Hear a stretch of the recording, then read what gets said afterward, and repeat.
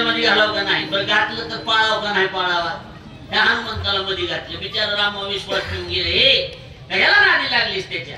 रामाला तुझ्या संग लग्न करायला होतो, सांगायचं मरण कशात येते. बाईनं बिनधास्त मरण सांगितलं आणि एकच सांगितलं, राम तुला वरण्यासाठी येणार आहे, फक्त रामाचा अपमान होऊ द्यायचा. आणि जर रामाचा अपमान झाला, आल्या पावली राम निघून जाणार. इकडे फिल्डिंग लावली, इकडे मधल्यामध्ये भुंगेली फोन लावला. जगातली जेवढी भुंगे ह्याच्यात सगळे मालकच फोन लावला, कोट मधल्यामध्ये करून टाकायचा. बाईनं फुलानं कोट सजविला, राम येणार आहे. आणि राम येणं ती तसा पाय कोटवर ठेवणं मधून पहिलंच कोरलेलं होतं. पाय ठेवला की कोट खाली गेला, माझा अपमान झाला आणि राम निघून गेला. ही चाल कशी वाटायची? ही असल्या चाली रामाच्या आहेत का नाहीत सांगा. बोल माणसं महाराज देवाचं काढायला लागलाय, लक्षात आलं का नाही? चाल होती का नाही होती सांगा. ती ही वामन अवतारातली फायदे महाराज. ती बळीराजाची बहीण, काय नाव तिचं, बळीराजाची बहीण आपण नेहमी सांगतो, ती जी बळीराजाची बहीण होती. रामाला बघितलं आणि त्या वामनाला बघितलं, आणि वामनाला बघितल्या बरोबर ती वामनावर प्रसन्न झाली, प्रेमात पडली. ही उडूडुसा वामन अवतार. पण बाईनं विचार केला, आता ही पोरग, आता प्रेम आहे, ते कुणा कुणाचा होईल काही सांगता येत नाही. मग मनातून आवडले, त्याला काय करायचं आता, पण लहान आहे. पण बाईनं गेट चेंज केला. बाई म्हणली, ए बाळा, मला तुला पाजायची इच्छा झाली, स्तनपान करायचं, पितो का? ही दुनियाचं चावट. हे म्हणा, हो पितो. बरं का पितो? टाइम आल्यावर पितो. आणि तो टाइम आला, ती झाली पुतना, आणि मग कृष्ण तिला प्याला. देव सुट्टी कुणाला देत नाही, ध्यानात ठेवा. लक्षात आलं का नाही? अशा कितीतरी फाईल पेंडिंग मध्ये पाडलेल्या. ह्या वानरांनी आयुष्य जिजवलं, पण महाराज रामानं ते दिलं का? हा ते दिलं का सांगा. मग ही रामाचं ऋणच आहे का नाही सांगा. आहे का नाही सांग, गरजच आहे का नाही. आणि म्हणून दुसरा अवतार धारण केला, ऋण फेडावया अवतार केला, अविनाश आला अवताराशी, अविनाश आला ऋण फेडावया अवतार केला, अविनाश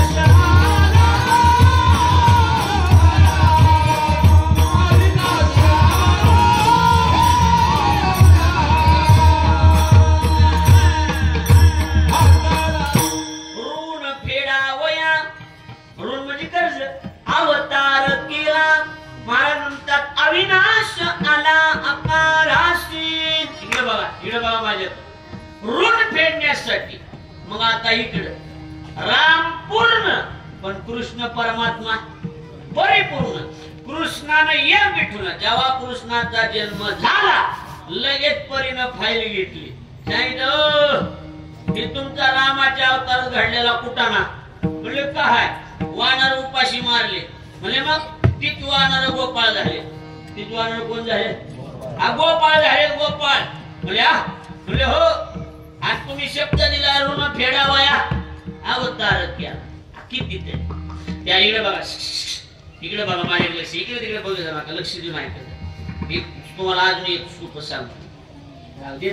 सगळं कीर्तन सुरू झालं की झाली जाणार, पुढे यायचं नसते. छान ते आधी असते सगळं. विठ्ठल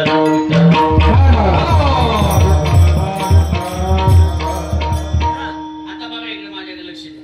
ती इकडे बघा, आपला मुद्दा माझा शिक्षण झाला की ध्यानातून जात. मी पान पलटत लक्षात यायला लागले का नाही, त्यामुळे ध्यान देऊन ऐका, लक्ष देऊ. मला सांगा, हे रामप्रभू अयोध्येला चालले आणि वनवासात होते, 14 वर्ष फिरत होते. आणि जात असताना अचानक त्या अहिल्याच्या आश्रमात गेली. आज दगडाची काय केली बाई की अहिल्याचा उद्धार केला. अहिल्या उद्धार दगडाची बाई झाल्याच्या नंतर ही बातमी सगळे साधू संत बसले. 16,100 साधू होते एका जन्मात. किती? 16,100 साधू. चर्चा चालू झाल्या. कोणी 60 वर्षाचे, कोणी 70चे, कोणी 80चे, कोणी 85, कोणी 90. आणि उगाच चर्चा भजन काय आतापर्यंत बांधलं, आता म्हातारपणाला आधार. माणसं म्हणले काय नाही, हक्काचं माणूस कोणीतरी उतार वयात लागते का नाही लागत? कोण कोण बायको? एक जण म्हणला येडे ते काय दाढी गळ्यात आली ना, आता तुम्हाला बायको कोण देईल?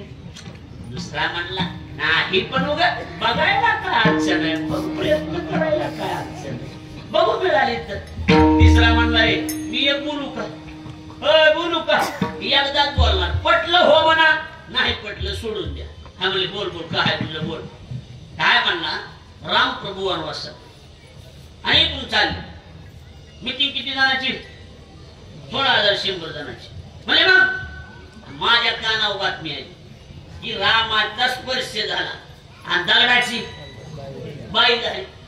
आपण एक काम करू, बोले काय वरच्या घेऊ रामावर. हा ही बरं आहे म्हणले. मग दगड घ्यायचे रामावर जायचं म्हणायचं राम आम्हाला ह्याच्या बायका करून द्या. मग ज्याला जसली बायको पाहिजे असेल तसला दगड उचलायचा. ज्याला जाड बायको त्यानं बाग उचलायची, ज्याला अशी हडकुळी बायको लागते त्यानं अशी चिप दगड उचलायचा. लक्ष द्यायला. आणि ज्याला अशी गिटरनी पाहिजे त्यानं आंब्याच्या कुईसारखा दगड उचलायचा. तसला मॉडेल तसला दगड उचलायचा. मग काय? आणि मग दगड उचलले वरच्या रामावर. लक्ष्मण मला अवघड झाला, आता ही मातीत मला रामाला पीक बांधून शेती. रामानं म्हणला थांब की वेगळा कुठाना तुला माहित नाही मागची कुठाने ते शास्त्र एखाद्या बसत्यांना एखादा माणूस गप्पुनी समजा आपल्या समजा मलाच आमच्या गावात समजा एखादा माणूस मला भेटलाय गावात गप्पुनी मला नालाय का तुला काय आपल्याला का नाही का इकडे कुठे येतात बाकीचे माणसं महाराजाला मी लगेच म्हणा तुमचं नाही आमचं जुना कुठाना. तुम्ही किती बी जागीरदार व्हा जुन्या कुठाने उतरत येतात माणसं.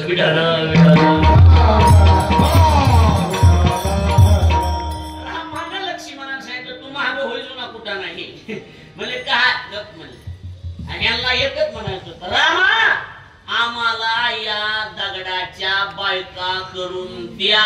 दला जोडायचं होतं, दला द्या असं म्हणायचं होतं. रामाचा सुंदर चेहरा बघितला, म्हणून टाकणारा रामाचा चेहरा बघितल्या बरोबर रामा आम्हाला बायका करून घ्या. गिर चेन झाला. गिर काय झाला? चेन झाला. रामाने सांगितलं तकासतो पण पुढच्या अवतारात. मग त्या 16,100 त्या देवाच्या बायका आणि अष्टमुख्य नायिका अशा 16,108.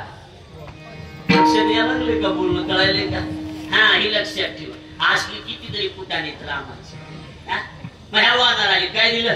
आयुष्याला काय दिलं? झाडाचा पाला दिला. काय दिलं? काहीच नाही. तुमचं पुढच्या अवतारात बघू. आणि मग 30 वेळे वानर गोपाळ झाले आणि राम कोण झाला? कृष्ण झाला. मीटिंग बसली. देवा ओळखीलं का? हा ओळखीलं ओळखीलं वानर. हा ओळखीलं काय अडचण नाही. तुम्ही राम ते काय काढ नका मी सगळं करतो. नाही मला महाबा उपाशी मार. हो मागच्या अवतारात तुम्हाला मी उपाशी मारले पण आता पंगतच आपली. चला या